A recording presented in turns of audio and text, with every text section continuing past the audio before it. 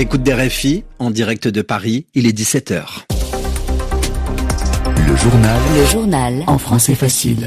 Adrien Delgrange. Bonjour à toutes et à tous, soyez les bienvenus dans cette nouvelle édition du journal en français facile. Nous sommes le mardi 10 février.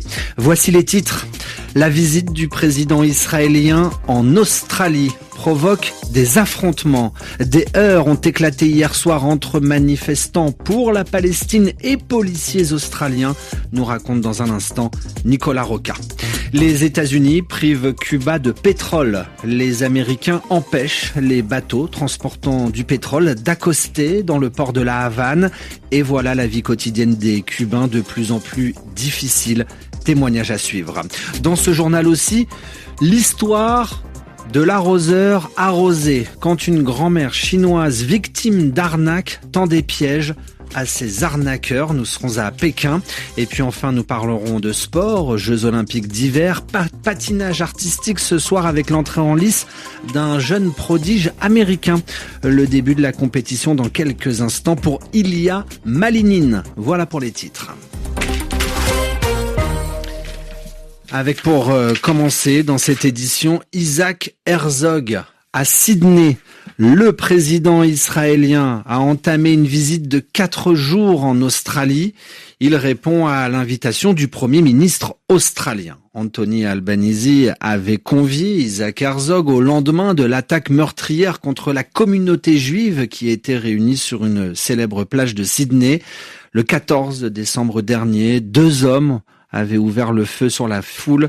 15 personnes sont mortes. 2 mois plus tard, le Premier ministre australien est donc venu rendre hommage aux victimes. Mais hier soir, à Sydney, Nicolas Roca, une manifestation en faveur de la Palestine a dégénéré.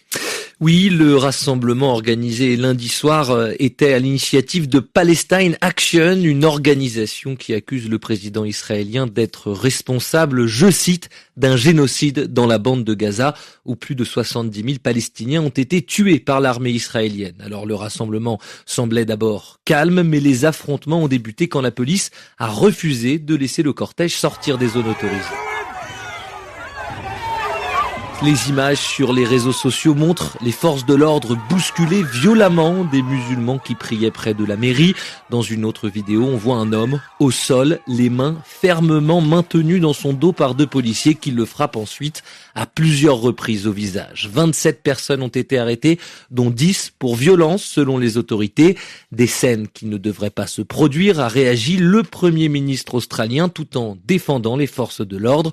Anthony Albanese a été critiqué par une partie de la communauté juive australienne.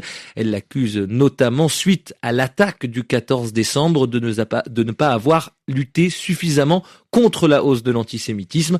Une communauté juive très divisée alors que la principale organisation a salué l'arrivée du président d'Israël. Une autre lui reproche la destruction en cours de la bande de Gaza. Merci Nicolas. Nicolas Roca dans votre journal en français facile. 2018 prisonniers en Iran vont bientôt retrouver la liberté. C'est ce qu'annonce le guide suprême iranien.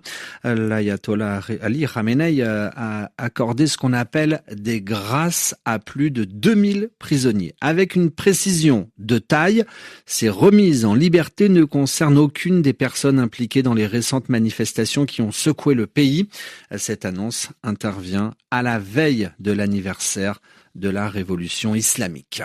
La colère des autorités kenyanes. Le Kenya juge inacceptable que ses ressortissants, les Kenyans, soient embauchés par la Russie pour faire la guerre. Des Kenyans pensaient signer des contrats pour travailler en Russie dans des domaines qui n'ont rien à voir avec la guerre. Mais une fois sur place, ils ont été utilisés comme chair à canon par l'armée russe, dénonce aujourd'hui le Kenya. D'ailleurs, le chef de la diplomatie kenyane annonce se rendre prochainement à Moscou pour avoir davantage d'informations. Le journal en français facile. Il est 11h04 à la Havane. À Cuba, la vie est au ralenti. Le manque de carburant se fait cruellement ressentir. Depuis la chute du président vénézuélien, depuis l'enlèvement de Nicolás Maduro par les États-Unis, les livraisons de pétrole à Cuba sont suspendues. Résultat, pas un seul pétrolier n'est entré dans le port de La Havane depuis plusieurs semaines. Et depuis hier, le gouvernement a décidé de rationner, de vendre le carburant de manière limitée. Écoutez le témoignage d'Omar Evelarni Pérez. Il habite la capitale cubaine.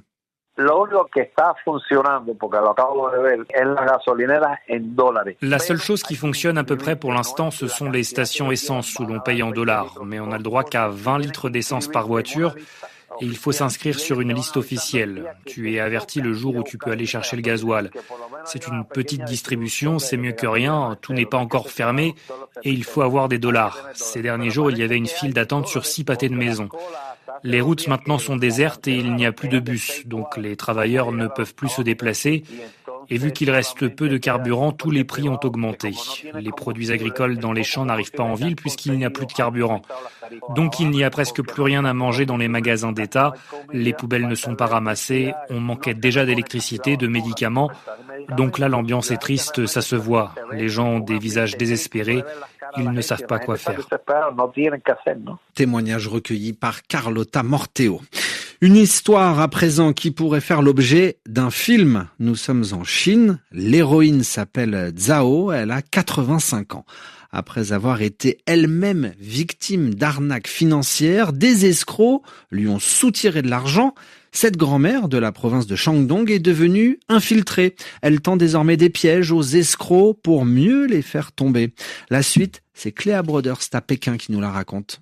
Zhao Yingguan n'a rien d'une héroïne de film d'action et pourtant, à 85 ans, cette ancienne cadre d'usine, économiste de formation, s'est transformée en informatrice dans des réseaux de fraude financière. Après avoir été escroquée de 135 000 € lors de faux placements au rendement mirobolant, elle fait de son histoire un outil de prévention. Avec d'autres victimes, Zhao a fondé à Jinan un collectif au nom sans détour, le groupe des grands-mères anti-fraude et anti-collecte illégale. Moyenne d'âge 70 ans, leur méthode raconter sans phare leur chute, infiltrer des conférences d'investissement douteuses, alerter les participants en direct, parfois au risque d'être expulsés violemment.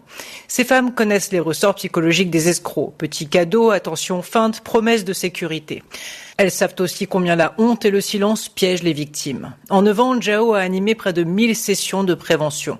Les autorités locales estiment que la participation à des systèmes frauduleux a chuté de plus de 50%. Leur message est simple, il n'y a pas d'argent facile. Et les escrocs sont souvent beaucoup plus proches qu'on l'imagine. Cléa Broderst, Pékin, RFI. Un dernier mot de sport, les Jeux Olympiques d'hiver 2026 de Milan-Cortina. Et parmi les différentes disciplines au JO, la danse sur glace. Les patineurs français, Guillaume Cizeron, Laurence Fournier-Baudry, ont créé une petite surprise hier en remportant la danse rythmique juste devant les Américains. Mais ce mardi 10 février, c'est le début aussi de l'épreuve individuelle masculine avec peut-être, Christophe Diremzian, la consécration du jeune Américain Ilia Malinin. Il n'y avait pas grand monde dans la patinoire de Lake Placid ce jour de septembre 2022 pour assister à cette première en compétition internationale. Alors âgé d'à peine 17 ans, Ilia Malinin réussit un quadruple axel, la figure la plus difficile qui soit. Dans un entretien à la chaîne américaine CBS, le jeune prodige n'en revenait pas lui-même. La première fois que j'ai atterri, j'ai été vraiment surpris. Je me suis dit, oh mon Dieu, je viens de le faire. Aujourd'hui, je me sens plus à l'aise, confortable. Je me dis que c'est plus une question de mémoire musculaire. Mais ça demande aussi beaucoup de pratique, surtout avec cette lame très fine. Tu dois être absolument parfait. Depuis son tour de force, Quad God, le dieu des quadruples, en référence à son pseudo sur Instagram, a encore repoussé les frontières du possible en passant les 4 rotations sur tous les sauts réglementés au niveau international, mais il ne veut pas être connu que pour ça. D'une certaine façon, ça m'énervait d'être juste connu comme le sauteur parce que vous n'avez pas vraiment de bonnes chances de gagner si vous ne faites que sauter. Vous devez avoir un sens artistique, de la créativité, de la force mentale. mental, de la force physique. Tout est vraiment si complexe et si profond que je ne pense pas que quelqu'un qui n'est pas fan de ce sport comprenne vraiment. Sur les deux musiques de son programme court, l'une mêlant classique et sonorités électroniques, l'autre tirée du jeu vidéo Prince of Persia, Ilya Malinin, qui prévoit 2 quadruples sauts dans sa prestation, dévoilera aussi au grand public sa sensibilité et sa capacité à faire passer des émotions. Christian Diremzian, Milan Cortina, RFI. Ainsi se referme ce journal en français facile, où que vous soyez sur la planète. Merci de l'avoir écouté.